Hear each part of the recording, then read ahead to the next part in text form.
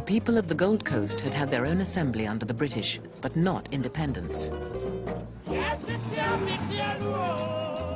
In 1957, they became the first black Africans to get complete freedom.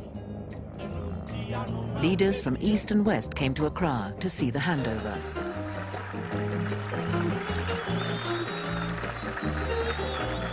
Vice President Nixon represented the United States. He arrived with a delegation that included civil rights leader Martin Luther King. A new order is coming into being, and an old order is passing away. It seems to me that this is fit testimony to the fact that eventually the forces of justice triumph in the universe, and somehow the universe itself is on the side of freedom and justice. The British were proud of the peaceful nature of the transfer. For Dr. Nkrumah, main architect of Ghana's independence, this is a day of fulfillment. The longing to be free, the need to be free, these are part of the rightful heritage of man, a heritage denied to colonial Africa until now. The Gold Coast was renamed Ghana, with a parliamentary system modelled on Westminster.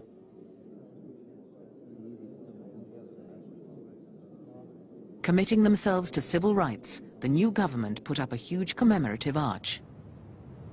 Here, but a handful of years ago, men laid down their lives for a cause that was not yet won, for freedom, for justice. Komla Bedema had been with Nkrumah from the start. Now he shared the glory. And in the subdued light, we mounted the platform and were all ready when the lights all went on at 5 minutes to 12. With me standing on the right hand side of Nkrumah, everybody was happy. The cheering probably is still resounding, but we don't hear it. At long last, the battle has ended.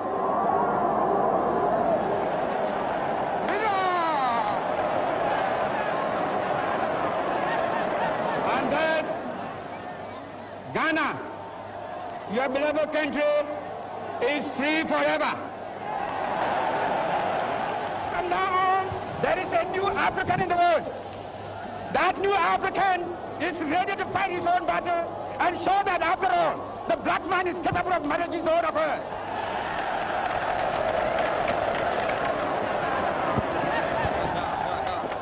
Now I want you all, those who have hats on, to take off your hats and let the band play our national anthem. And from now on, that national anthem is the national anthem of the Gogo to be played on all occasions.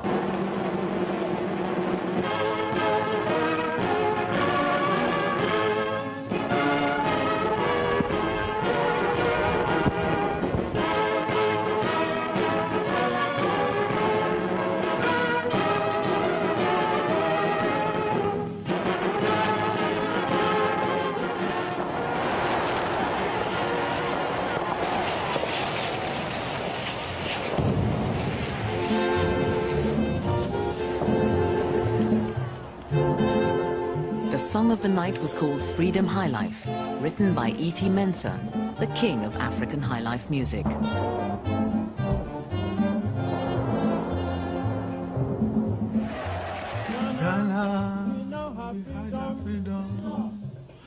Ghana, land of freedom, toils of the brave and the sweat of the labor, toils of the brave which have brought results, toils of the brave and the sweat of the labor, toils of the brave which have brought results.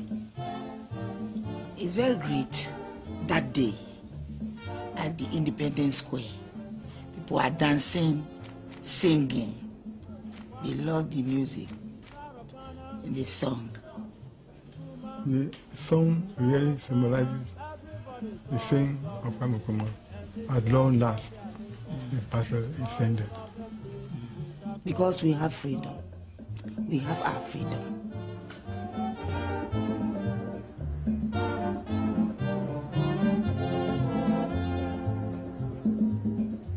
Ghana, we now have freedom.